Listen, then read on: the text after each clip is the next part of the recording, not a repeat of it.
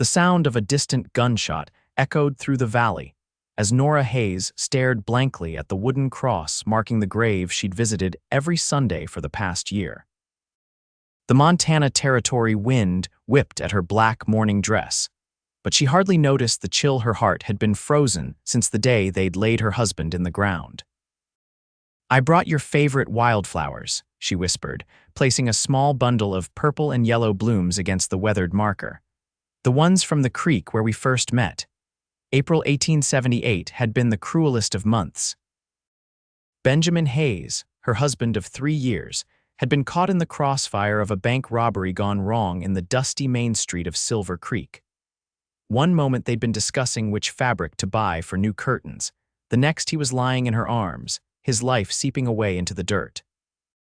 Nora pulled her shawl tighter around her shoulders as she rose from her knees. At 24, she'd become the town's most pitied widow. The women from church brought casseroles and sympathetic smiles. The men tipped their hats respectfully and offered to repair whatever needed fixing around her small homestead. But none of them could repair what was broken inside her. As she turned to leave the windswept cemetery on the hill overlooking Silver Creek, Nora caught sight of a rider approaching from the eastern trail. She paid little mind another stranger passing through, like so many did on their way further west.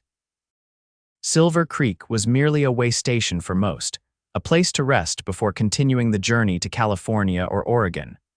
The walk back to town was the same one she'd taken every week since the funeral. Down the winding path, past Old Man Turner's abandoned claim, through the copse of aspens that Benjamin had once said reminded him of a cathedral with their white trunks reaching skyward. Each step a reminder of what she'd lost. By the time Nora reached the edge of town, the afternoon stage was pulling in, bringing mail and passengers. She barely glanced at the commotion, intent on returning to her quiet home and the solitude that had become her only comfort. "Mrs. Hayes," called Mrs. Peterson from the general store porch. "Have you a moment?" Nora paused, summoning what little social grace remained in her.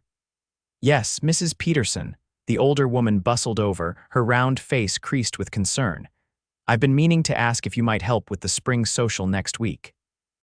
We're short-handed since the Williamson girls moved to Denver." "I don't think I would be much use," Nora replied softly. "I'm not one for celebrations these days." "It's been a year, dear," Mrs. Peterson said, placing a gentle hand on Nora's arm. "Benjamin wouldn't want you to live like this, all alone in that house, never smiling." The words, though kindly meant, stung like salt in an open wound. "I'll consider it," Nora lied, knowing she would do no such thing. What use was a woman who couldn't remember how to smile at a social gathering? As she continued down the street, Nora couldn't help but notice the commotion at the Silver Spur Saloon. A group of men were gathered around a newcomer tall and lean in a dust-covered duster, his face partially obscured by a wide-brimmed hat. Something about the way he stood, confident yet at ease, drew her eye for a moment before she hurried past. That evening, as Nora sat alone at her kitchen table mending a tear in her apron, a knock at the door startled her. Visitors were rare, especially after sunset. "Sheriff Tanner," she said with surprise upon opening the door to find the town's lawman standing on her porch, hat in hand. "Evening, Mrs. Hayes. Sorry to disturb you, but I've got a situation I was hoping you might help with." Nora frowned. "What sort of situation would require my help?" "Got a man just arrived in town. Name's Isaac Cooper. Says he bought the old Abernathy place from a land agent in Helena. The Abernathy place, the abandoned ranch that bordered her small homestead to the east." "I wasn't aware it had been sold," Nora replied. "Well, that's just it," Sheriff Tanner sighed, twisting his hat in his hands. "Papers seem in order, but given how things are these days with land frauds and such, I thought I'd check with you, seeing as you're the closest neighbor." "I'm afraid I can't help you, Sheriff." "I haven't heard anything about the property being sold," the sheriff nodded. "Figured as much. Man seems decent enough, though. Says he's planning to raise horses. Thought you should know you've got a new neighbor at any rate." After the sheriff left, Nora found herself standing at her kitchen window, looking east toward the Abernathy place. It had been abandoned for nearly 2 years now, ever since old man Abernathy had packed up and headed back east to live with his daughter. The idea of someone new taking up residence there unsettled her. She'd grown accustomed to her isolation, the buffer of empty land between herself and the rest of the world. Morning came with the sound of hammering from the direction of the Abernathy place. Nora tried to ignore it as she went about her chores, feeding the chickens, tending her small vegetable garden, bringing in water from the well. But the persistent pounding was a reminder that her peaceful solitude had been disturbed. By mid-afternoon, curiosity got the better of her.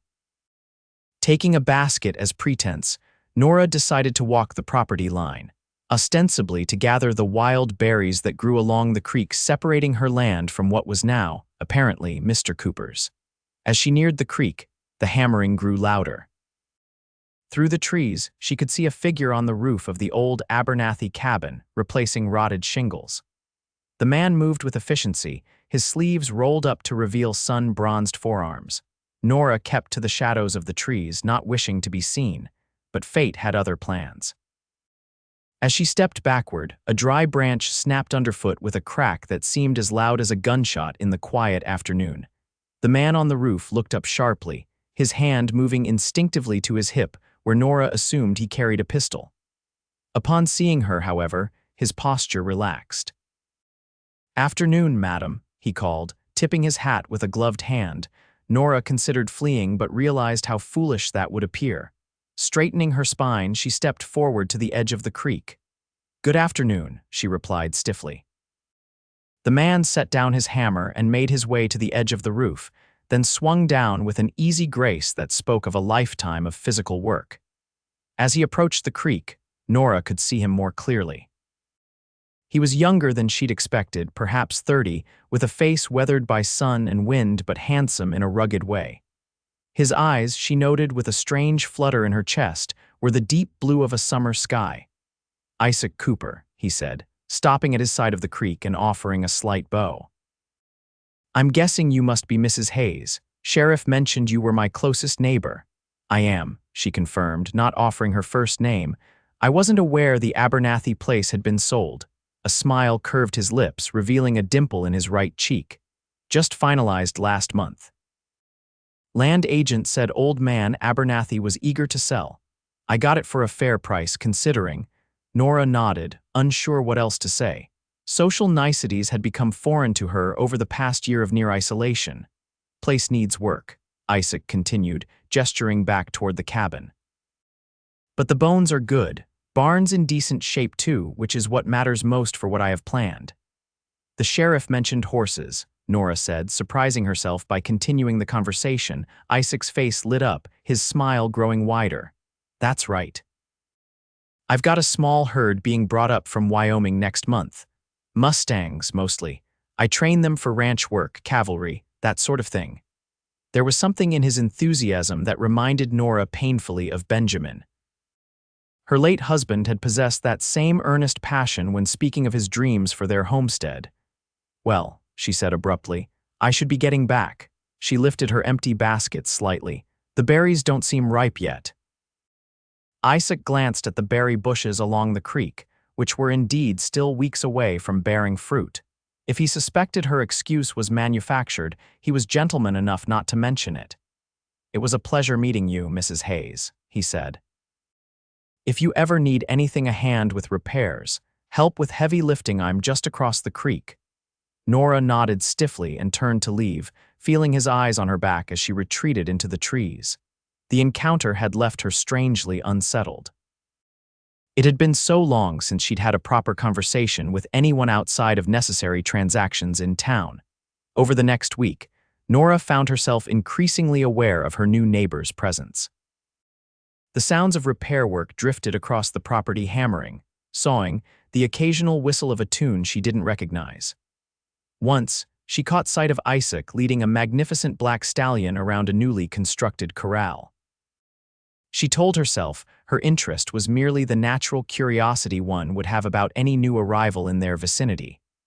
But deep down, Nora recognized an uncomfortable truth. For the first time in a year, something had pierced the fog of grief that had enveloped her. On Sunday, after her weekly visit to Benjamin's grave, Nora returned home to find a small crate of vegetables on her porch with a note. "First harvest from my garden. More than I can eat alone. I see." The simple kindness brought an unexpected lump to her throat. She should return the crate, thank him properly. It was what any decent neighbor would do. But the thought of another conversation, another chance for him to look at her with those sky-blue eyes that seemed to see too much, made her hesitate. In the end, propriety won out. The following morning, Nora baked a loaf of bread her mother's recipe, with honey and walnuts, and wrapped it carefully in a clean cloth. With the empty crate in hand, she made her way across her property toward the creek. As she approached the boundary between their lands, Nora heard voices: Isaac's deep baritone and another, unfamiliar voice. She slowed, suddenly reluctant to interrupt. "Fine piece of horseflesh," the stranger was saying as Nora came within sight of the corral. A middle-aged man in a cavalry uniform stood beside Isaac, both of them watching as the black stallion Nora had glimpsed earlier trotted around the enclosure. "Finest I've ever worked with," Isaac agreed. "But he's not for sale, Captain. He's my personal mount." The captain laughed. "Everything has a price, Cooper. Not diamond," Isaac said firmly, "but I'll have 6 trained mounts ready for you by autumn, as agreed." It was then that Isaac noticed Nora standing at the edge of the property. His face brightened immediately. "Mrs. Hayes," he called, waving her over. Nora hesitated, then crossed the creek via the flat stepping stones, careful not to slip with her burden. "Let me help you with that," Isaac said, quickly crossing to take the crate from her arms. "Captain Mercer, this is my neighbor, Mrs. Hayes. Mrs. Hayes, Captain Mercer of the 2nd Cavalry out of Fort Ellis." The captain tipped his hat. "Madam, pleasure to meet you." "Likewise, Captain," Nora responded politely. "Mrs. Hayes brought back my crate," Isaac explained to the captain, then turned to Nora. "And with interest, I see," he added, nodding at the cloth-wrapped loaf. "Just bread," Nora said, feeling oddly shy, "to thank you for the vegetables." "That's mighty kind," Isaac said, his smile warming his entire face. "The captain and I were just finishing up our business. Would you care for some coffee? I just brewed a pot." Before Nora could formulate an excuse, the captain checked his pocket watch and announced he needed to be heading back to the fort. After a brief exchange about delivery dates for the horses Isaac was training, the captain mounted his horse and departed with a final tip of his hat to Nora, which left her alone with Isaac Cooper, something she hadn't planned for at all. "About that coffee," Isaac prompted gently. Nora should have declined, should have made her excuses and hurried back across the creek to the safety of her solitude. Instead, she heard herself say, "That would be nice, thank you."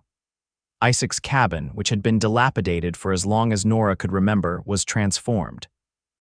The roof was repaired, the porch rebuilt, and inside, the main room was clean and orderly if sparsely furnished. A pot of coffee bubbled on the cookstove, filling the air with its rich aroma. "Please sit," Isaac said, gesturing to the table before turning to take 2 cups from a shelf. Nora perched on the edge of one of the chairs, feeling strangely as though she were doing something forbidden.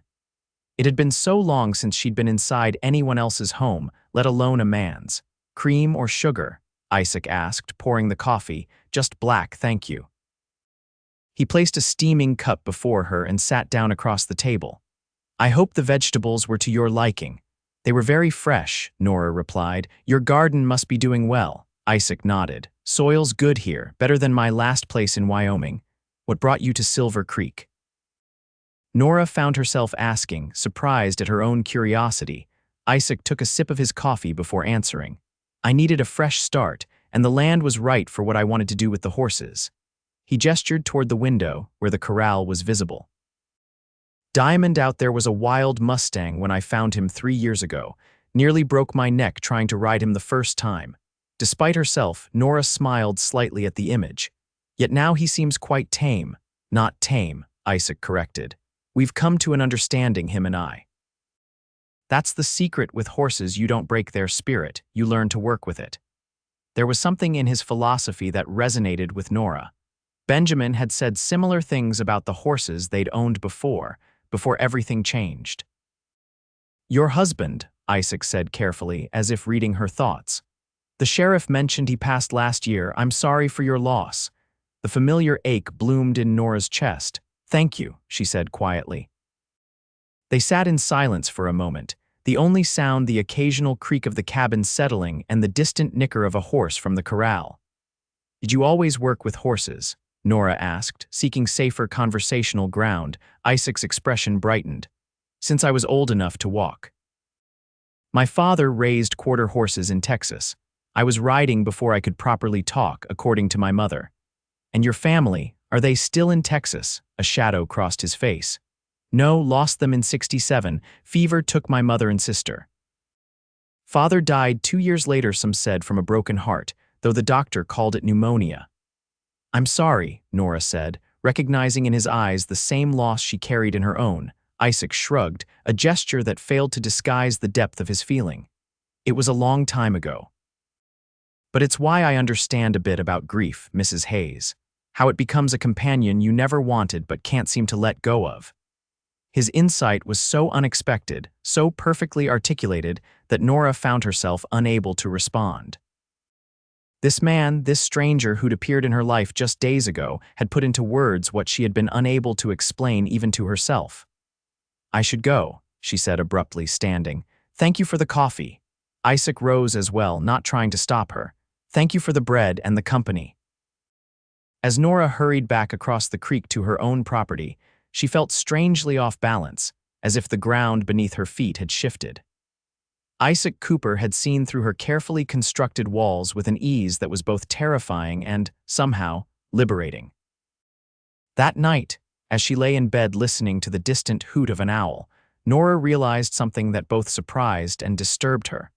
For the first time in a year, she had momentarily forgotten to be sad.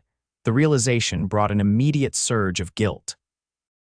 How could she forget, even for a moment, the weight of her loss? What kind of wife did that make her? Yet the seed had been planted. The possibility that there might be something beyond the grief that had defined her existence for the past year. Spring turned to summer, and despite Nora's initial resistance, a cautious friendship began to develop between her and Isaac. It started with small gestures, vegetables from his garden exchanged for bread from her oven, a wave across the creek when their paths crossed. Then came the day when one of Nora's chickens escaped its pen, and Isaac appeared, having spotted the fugitive bird from his property. Together they had chased the wayward hen around Nora's yard, both of them breathless with exertion by the time they finally cornered it. I haven't run that much since the Comanche chased me off their land when I was 16, Isaac had gasped, hands on his knees as he caught his breath, and Nora had laughed. The sound was so foreign to her ears that it startled her into silence immediately afterward. But Isaac had looked at her with such warmth in his eyes that the shame she might have felt at such a display of joy in her widowhood was somehow muted.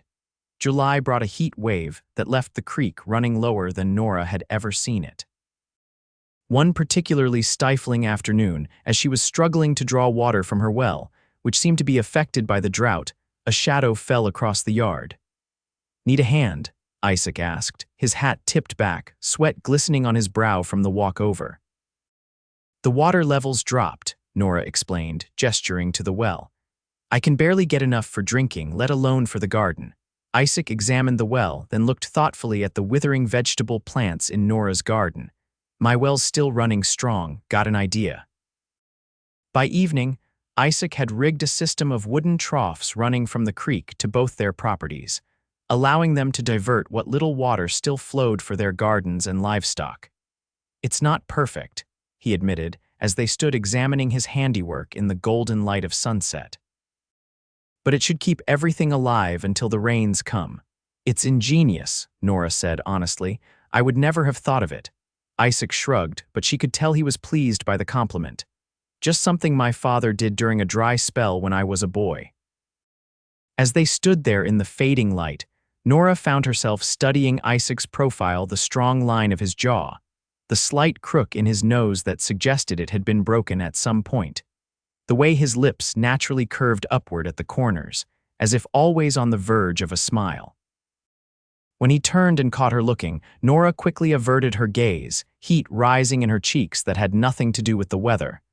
Would you like to stay for supper? she heard herself ask, the words tumbling out before she could consider their implications. As thanks for your help. I've got a stew simmering. Isaac's smile widened, that dimple appearing in his right cheek. I'd be honored, Mrs. Hayes. Nora, she said impulsively. You should call me Nora. Something shifted in Isaac's expression, a softening, a warmth that made Nora's heart beat a little faster. Nora, he repeated, as if testing the feel of her name on his tongue. Then you must call me Isaac. That evening marked a turning point. As they sat at Nora's kitchen table, sharing stew and fresh bread, their conversation flowed more easily than before. Isaac told stories of his travels, of the wild mustangs he'd tamed, of the mountains and deserts he'd crossed. Nora, in turn, found herself speaking of her childhood in Ohio, her journey west with her parents at 18, how she'd met Benjamin when her father's wagon had broken down near the creek where Silver Creek now stood. He offered to help fix the wheel, Nora recalled, surprised to find the memory brought a bittersweet warmth rather than the sharp pain it once had. Spent the whole afternoon working alongside my father. When he found out we were planning to settle here, he showed us this parcel of land. Isaac listened attentively, his eyes never leaving her face. He sounds like a good man. He was, Nora agreed softly, the best I've known. A comfortable silence fell between them, broken only by the chirp of crickets outside and the occasional creak of the house settling. It's getting late, Isaac said finally, rising from the table. Thank you for the meal, best I've had in a long while. Nora walked him to the door, suddenly reluctant for the evening to end. Thank you again for the irrigation system. I don't know what I would have done. At the threshold, Isaac turned to face her, his expression serious in the lamplight. Nora, he said, her name soft on his lips. I want you to know that I understand what you've lost, and I'm not trying to. That is, I wouldn't presume. He ran a hand through his hair, uncharacteristically flustered. I value your friendship, he finally said. That's all I wanted to say. The sincerity in his voice touched something in Nora that had been dormant for too long. I value yours as well, she replied, meaning it. After he left, Nora stood on her porch watching his figure disappear into the darkness, feeling as though something fundamental had shifted in her world. The drought broke a week later with a thunderstorm that rattled windows and turned the creek into a torrent. Nora watched from her porch as lightning split the sky, illuminating the landscape in stark flashes. She couldn't help but worry about Isaac's horses, some animals spooked badly during storms. When morning came, revealing a landscape washed clean by the rain, Nora decided to check on her neighbor. As she approached the creek, which was now too swollen to cross by the stepping stones, she saw Isaac leading the black stallion Diamond in circles near the corral. The horse was clearly agitated, tossing his head and rolling his eyes. Isaac, she called from her side of the creek. He looked up, relief evident on his face when he saw her. Nora, stay there, creek's too high to cross safely. Diamond broke through the corral fence during the storm, just got him back now. She watched as he continued to work with the horse, his movements calm and deliberate, despite the animal's obvious distress. Gradually, Diamond began to settle, his frantic pacing slowing to a nervous trot, then finally to a standstill as Isaac murmured to him, one hand stroking the horse's sleek neck. There was something mesmerizing about watching man and animal communicate in this wordless language of trust. Nora found herself thinking of what Isaac had said about not breaking a horse's spirit, but learning to work with it. She wondered if the same might be true of grief, not something to be conquered or banished, but rather a force to be acknowledged, respected, and gradually guided toward peace. 3 days later, when the creek had receded enough to cross safely, Isaac appeared at Nora's door with an unexpected proposition. I need to check fences along the north boundary, he said. Thought you might like to ride along. It's a beautiful day and Diamond could use the exercise.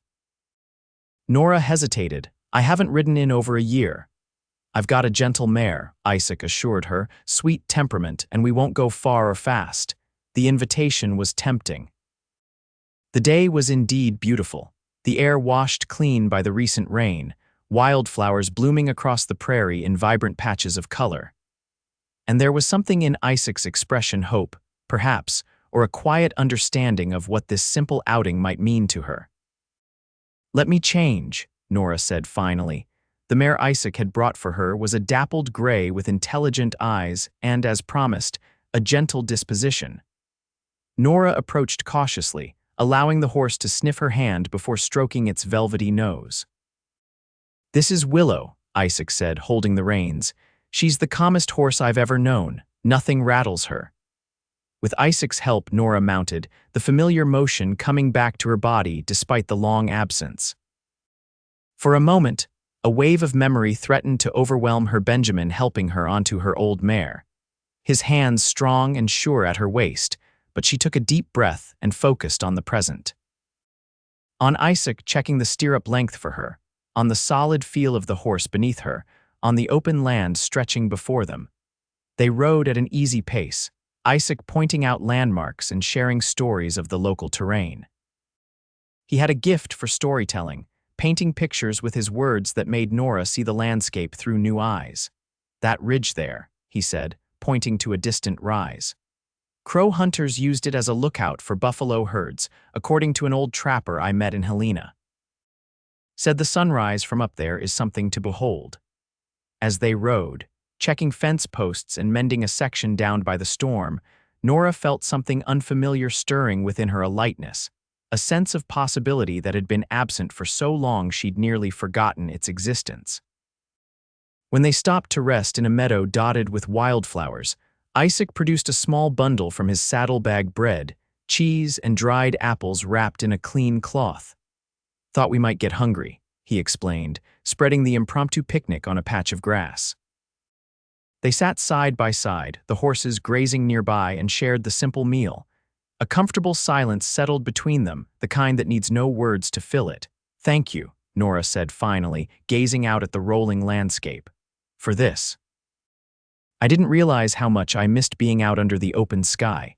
Isaac studied her face, his eyes thoughtful. "You've been closed up in grief for a long time, like a flower that forgot the sun was still shining." The poetry of his words surprised her. This man, with his calloused hands and practical nature, had an unexpected depth that continually caught her off guard. "My husband," Nora said slowly, "loved days like this. He used to say there was no church more holy than a Montana meadow in summer." Isaac nodded, not rushing to fill the silence that followed her words. After a moment, he said, "I think he was right about that." When they returned to Nora's homestead that afternoon, something had shifted between them, a deepening of trust, a shared experience that bound them in ways words could not fully express. At her door, Isaac took her hand briefly, his touch warm and steadying. "Thank you for riding with me today, Nora." The way he said her name like it was something precious sent a flutter through her chest that both alarmed and exhilarated her. "Thank you for inviting me," she replied, gently withdrawing her hand. As she watched him ride away, leading Willow behind Diamond, Nora acknowledged a truth she had been avoiding. She was beginning to care for Isaac Cooper in a way that went beyond neighborly friendship. The realization brought guilt crashing down upon her. How could she feel this way when Benjamin had been gone barely a year?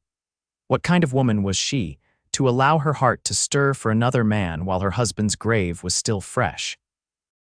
That night, unable to sleep, Nora lit a lamp and took out the small wooden box where she kept Benjamin's things: his pocket watch, the letters he'd written her during a trip to Helena, the pressed flower from their wedding day.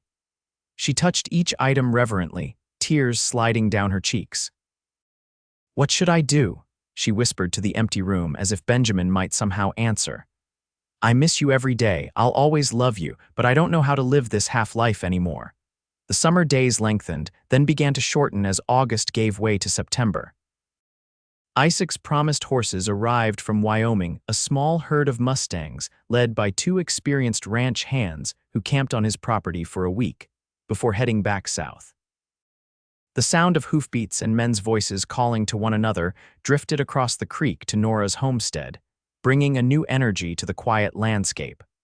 Isaac was busy with the new arrivals, and Nora found herself missing their conversations, the easy companionship that had developed between them. She told herself it was for the best. This distance would help clear her head, remind her of her place in the world as Benjamin Hayes' widow, not as a woman free to follow new feelings. But then came the night of the harvest moon. Nora had just finished washing her supper dishes when a knock sounded at her door. Opening it, she found Isaac standing on her porch, his expression both eager and uncertain. "I'm sorry to disturb you so late," he said, "but there's something I'd like to show you if you're willing." Curiosity overrode caution.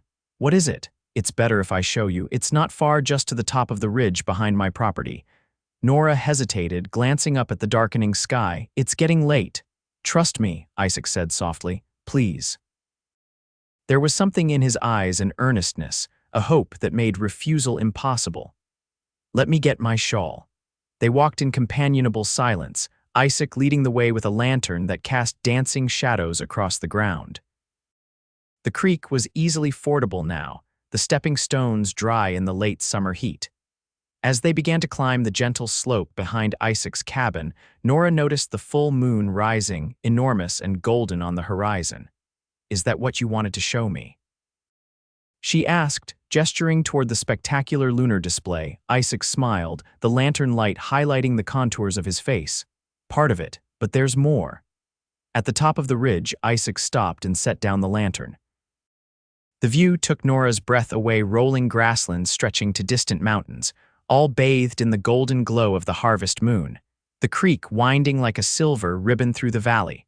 Their two homesteads, small and vulnerable against the vast landscape. "It's beautiful," Nora whispered. "This is what I wanted you to see," Isaac said, his voice low. He pointed to a spot just below the ridge where a group of horses, his new Mustangs, grazed in the moonlight.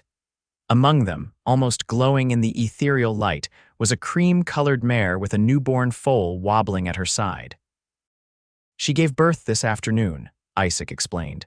"First of the new bloodline I'm hoping to establish here. I thought you might like to see the beginning of something." Tears pricked at Nora's eyes at the simple beauty of the seen mother and child, new life under the ancient moon. Isaac had understood, somehow, that this was what she needed, not words of comfort or distraction from her grief, but a reminder that life continues, that beginnings still exist even after devastating endings.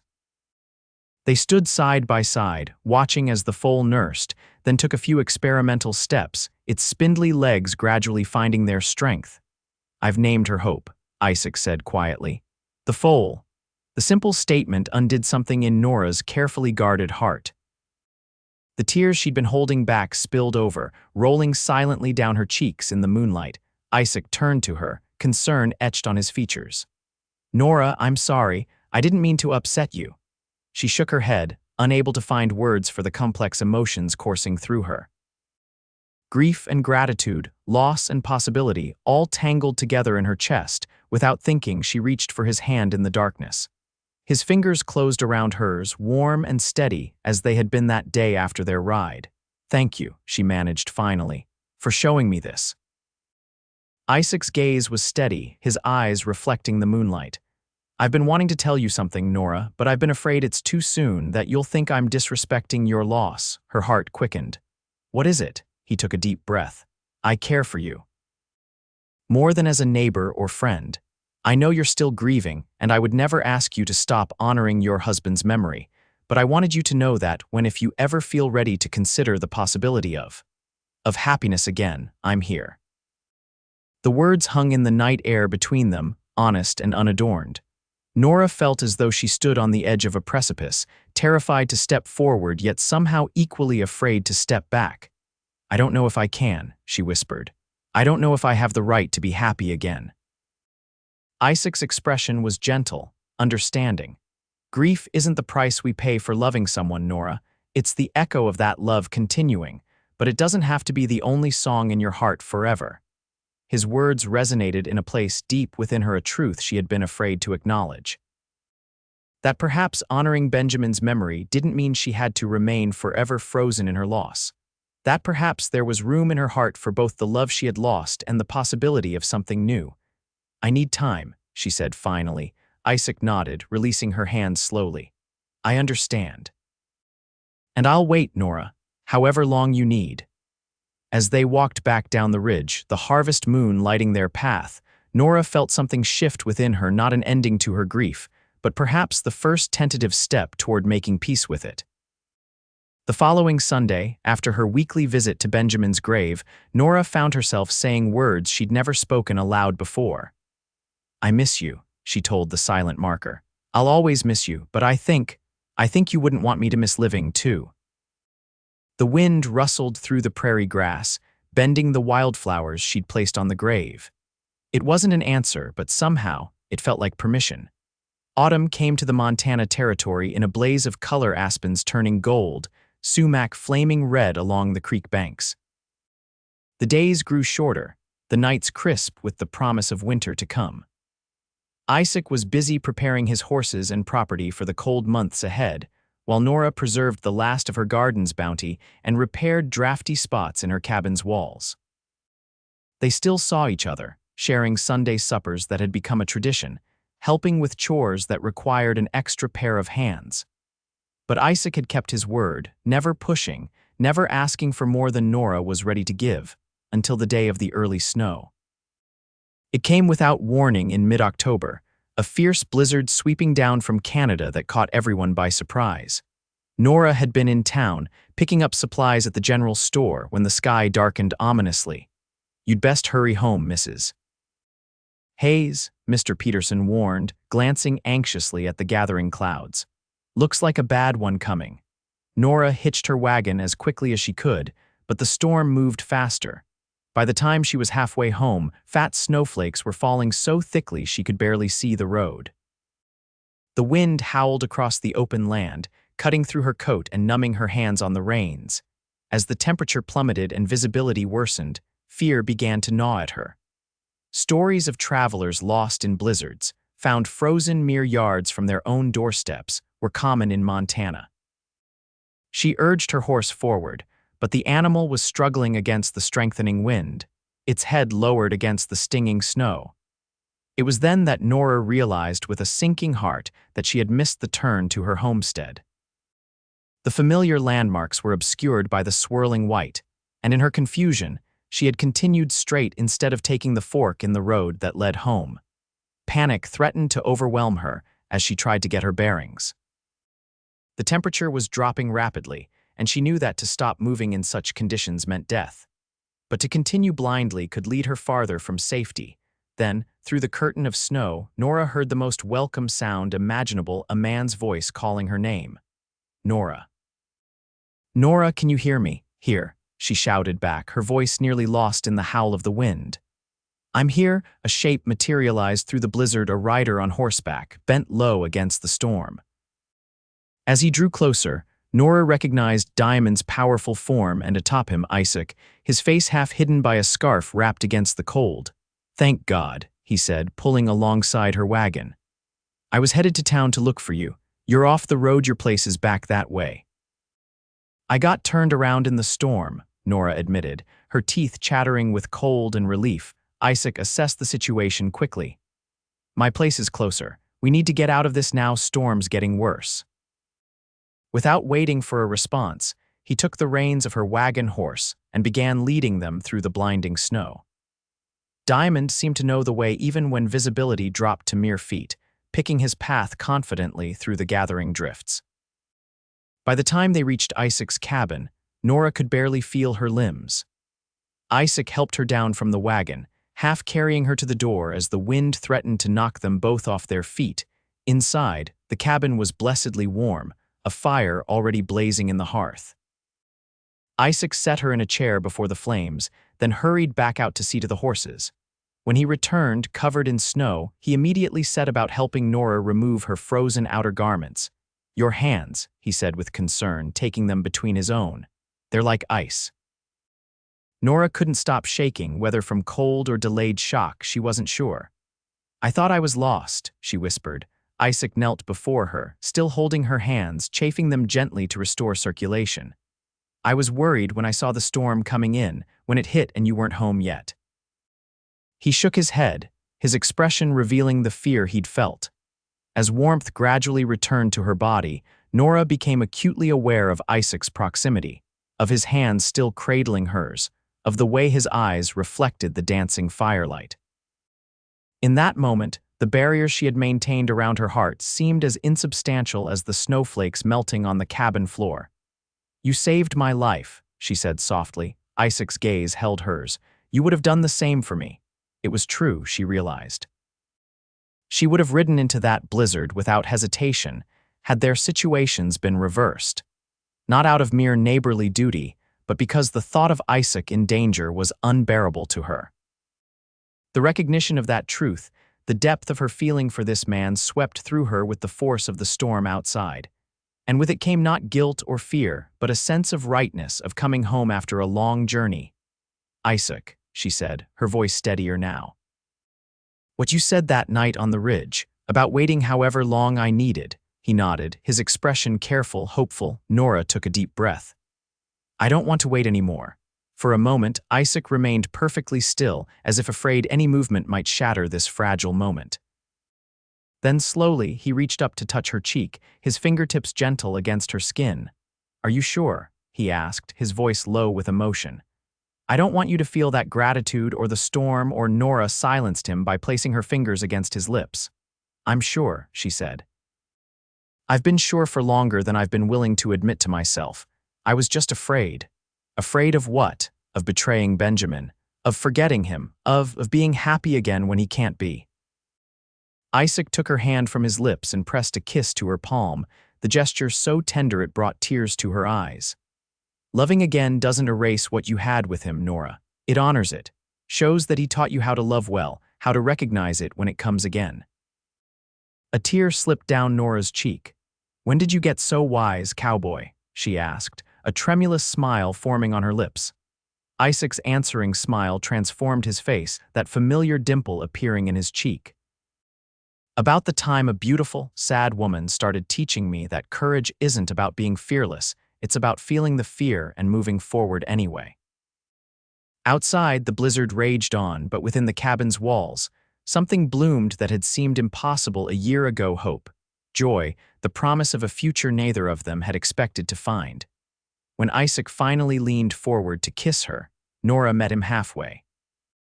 And for the first time since that terrible day in Silver Creek's Main Street, Nora Hayes smiled, a real smile that reached her eyes and warmed places in her heart she had thought forever cold. Spring returned to the Montana territory, as it always did, transforming the land with its gentle touch. The creek that separated Nora's property from Isaac's ran high with snowmelt, wildflowers carpeted the prairie, and the aspen trees unfurled tender green leaves that shimmered in the breeze. But the most remarkable transformation had occurred not in the landscape, but in Nora herself. The grief that had once defined her still existed, it always would, but it had found its proper place in her heart, a cherished memory rather than an all-consuming presence. On a perfect May morning, with the birds singing and the sun warming the earth, Nora stood in the Silver Creek church wearing not black, as she had for so long, but a simple dress of pale blue that matched the sky outside. Beside her stood Isaac, his usually casual attire replaced by a proper suit, his smile as bright as the sunlight streaming through the windows. I, Isaac, take you, Nora, to be my wife, he said, his voice steady and sure. To honor your past and build our future, to respect your strength and support your dreams, to love you completely for all the days we are given together. As Nora spoke her own vows, she felt Benjamin's memory not as a shadow between them, but as a blessing upon them. She had loved and lost and found the courage to love again. Not a replacement, never that, but a new chapter in a life she had once thought finished. After the ceremony, as friends and neighbors offered congratulations, Mrs. Peterson dabbed at her eyes with a handkerchief. It does my heart good to see you smile again, Mrs. Cooper, she said, using Nora's new name for the first time. Been too long since this town saw that smile of yours. Later, as Isaac helped Nora into the wagon that would take them on a short wedding trip to Helena, he paused, looking at her with that penetrating gaze that had first unsettled and then captivated her. Happy? He asked simply.